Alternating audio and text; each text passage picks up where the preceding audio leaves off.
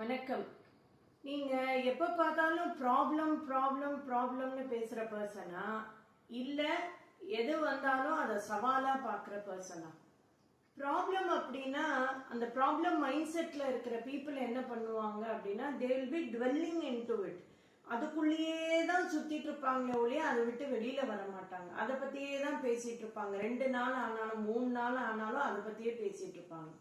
இதே சவாலா பார்க்கக்கூடிய மென்டாலிட்டி உள்ள பர்சன் அப்படின்னா அந்த இஷ்யூ வந்ததுக்கு அப்புறமா அந்த இஷ்யூல இருந்து கொஞ்சம் விலகி நின்று, ஓ வந்துட்டியா, சரி வா இப்போ என்ன பண்ணலாம் அப்படின்னு யோசிக்கிறது தான் சேலஞ்சிங் மைண்ட் செட்.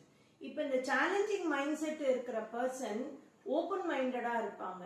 எந்த சிச்சுவேஷன்லயும் நல்லதை கண்டுபிடிப்பாங்க.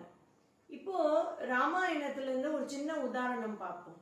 ராமரை காட்டுக்கு அனுப்பிச்சிட்டாங்க. அங்க காட்டுல இருக்கிறாங்க அப்படின்னு தெரிஞ்ச உடனே ஊர் மக்கள்லாம் அவரை பார்க்க வராங்க.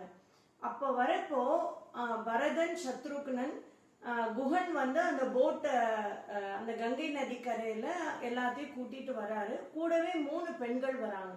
குஹன் இறங்குறப்போ பரதன் கிட்ட கேட்கிறான், இந்த 3 பெண்கள் யாருன்னு எனக்கு சொல்ல முடியுமா அப்படின்னு. இவங்க வந்து எங்க அம்மா கோசலை, கைகேயி, சுமித்ரை அப்படின்னோடனே கோசலை அம்மாவோட காலில் போய் குஹன் விழுந்து நமஸ்காரம் பண்றான், அழறான். எவ்வளோ தங்கமான வளர்த்த பையனை இப்படி நீங்க ஃபாரஸ்டுக்கு அமுச்சிட்டீங்களே அப்படின்ற அந்த இதை அழறப்போ அவன் நிமிர்ந்து பாக்குறான், கோசலை அழவே இல்லை. அப்போ கோசலை அம்மா சொல்றாங்க, குஹன் இங்க அவன் வந்ததுனாலதான் உன்ன மாதிரி ஒரு நல்ல ஒரு பிரதர் வந்து அவனுக்கு கிடைச்சிருக்கான், கவலைப்படாதப்பா.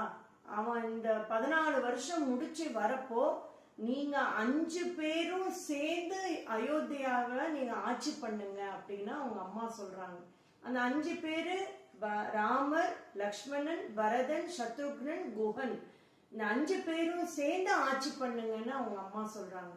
அப்போ அந்த பாசிட்டிவ் மைண்ட் செட் இருக்கிற பீப்புள் தான் ஒரு கெட்டது நடந்தாலும் அதுல என்ன நல்லது அப்படின்னு பாக்குறவங்க. நீங்க எந்த டைப்பு? வணக்கம்.